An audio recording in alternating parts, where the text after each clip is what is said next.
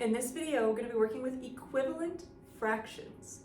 Now, two fractions can look different, but show the same amount of space. So in this first example, this is the same amount shaded. It's just been broken up into different amounts of pieces. So if I look at my very first shape, I have two parts. And the second shape, I have 1, 2, 3, 4 parts. In my first shape, only one of the parts is shaded. And in my second shape, two of the parts are shaded. So that means 1/2 and 2/4 show the same amount of space. They look different, but they mean the same thing. I've just put more parts in there.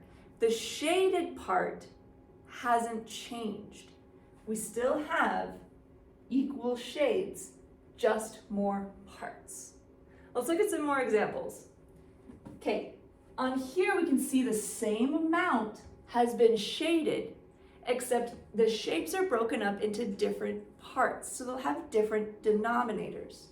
So my first one is broken into 1, 2, 3, 4, 5, 6, 7, 8, 9, 10, 11, 12 parts.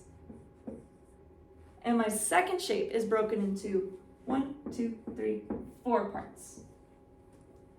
Different denominators. Let's look at how many parts are shaded. I have 1, 2, 3. And in this shape, I only have one part that is shaded.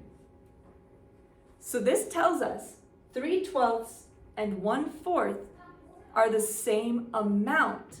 They just look different. One just has more parts, but the same amount has been shaded. Let's look at some more. Now, in this example, we've been shown that these are equal.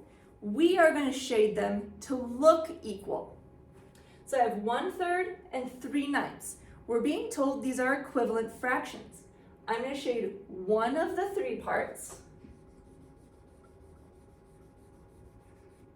and 3 of the 9 parts. I'm going to try and keep it in the same location as the first model, just so it's easier for us to see how they are equivalent. Yep, those look the same. Looking at 1/4 and 3/12, I'm going to shade one of the 4 parts. It doesn't matter which part you shade, just so long as it matches the location in the second fraction. So 3/12, I'm going to shade 3 of the 12 sections. So 1, 2, 3. Yep, looks like the same amount. One final example. We're going to place an X next to the fraction models that are equivalent to 1/2. So we're going to try and think that there aren't that many lines. And we're going to look for just half of the shape that is filled. So if I look at this shape and I ignore the lines that it's been broken into, is it half shaded? Yes. Does this one show about half? No. This one's got a piece here, but if I moved it, still no. Nope. Definitely not. Ooh.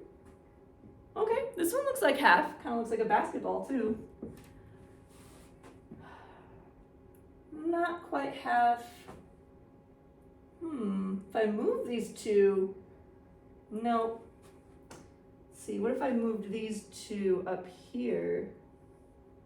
Yeah, that would work. So this one's tricky. We'd have to move these 2 pieces, but then it would equal half. That's a tricky problem.